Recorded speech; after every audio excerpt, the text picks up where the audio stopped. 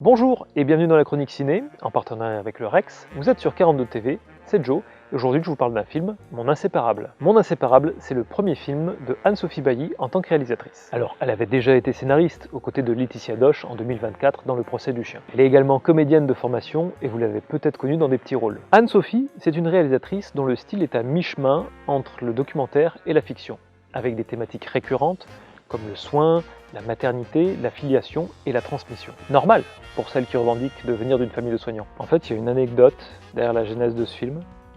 Plus jeune, la réalisatrice suivait sa mère sur son lieu de travail, en l'occurrence il s'agissait d'une maison de retraite, et elle tombe sur une vieille dame de 80 ans, accompagnée de sa fille, Yolande, 60 ans.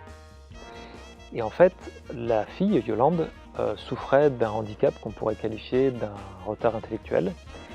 Et du coup, quand la mère était devenue dépendante, elle avait suivi sa mère et s'était installée elle aussi à la maison de retraite. Et en fait, ça avait marqué la réalisatrice parce qu'elle s'était dit que ça illustrait de manière atypique ce qu'on peut appeler une relation mère-fille.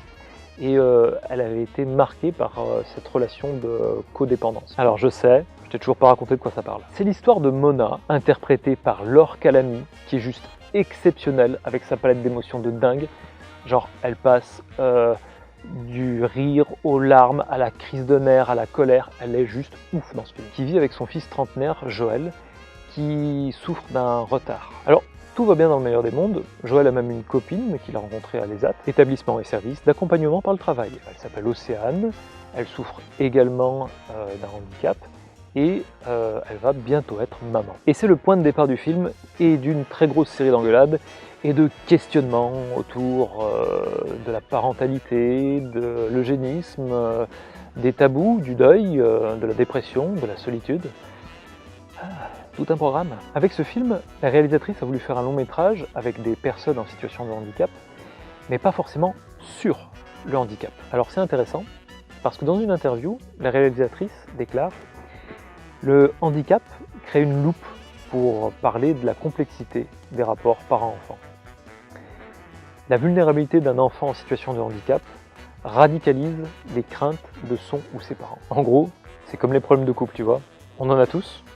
Et tu rajoutes une loupe qu'on appellera le confinement, et ça radicalise tes problèmes de couple.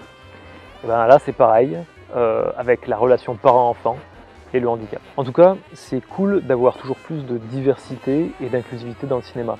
Ça permet de raconter des choses différentes, n'en déplaise à ceux dont les opinions rancent leur font préférer un monde uniforme et moribond. Alors je dis rance parce que ceux qui se plaignent d'habitude d'un trop plein d'inclusivité, de diversité dans l'audiovisuel, en règle générale, lorsqu'on aborde la question du handicap, ils la ramènent moins.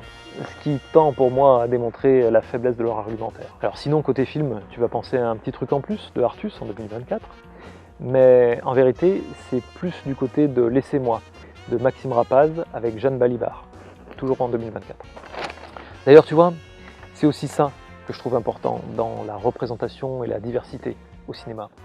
Par exemple, avoir plus de femmes dans des premiers rôles. Pourquoi ? Parce que ça te permet de mettre en scène ces héroïnes que sont des mères qui élèvent seules leur enfant. Tu vois ? D'ailleurs, le savais-tu ? Laure Calamy et Jeanne Balibar, en 2023, elles ont toutes les deux participé en signant à une tribune contre la réforme des retraites. Pourquoi ? Parce que selon elles, ça précarisait les plus faibles, à savoir justement, par exemple, ces mamans qui des fois doivent prendre un boulot à mi-temps pour élever par exemple un enfant en situation de handicap. Mon Inséparable, c'est en salle à partir du 25 décembre. Joyeux Noël! C'était Joe. Si jamais ce que je dis vous intéresse, vous pouvez me retrouver une fois par mois au Rex pour le Ciné Surprise, ou alors sur mon podcast Zawa Radio.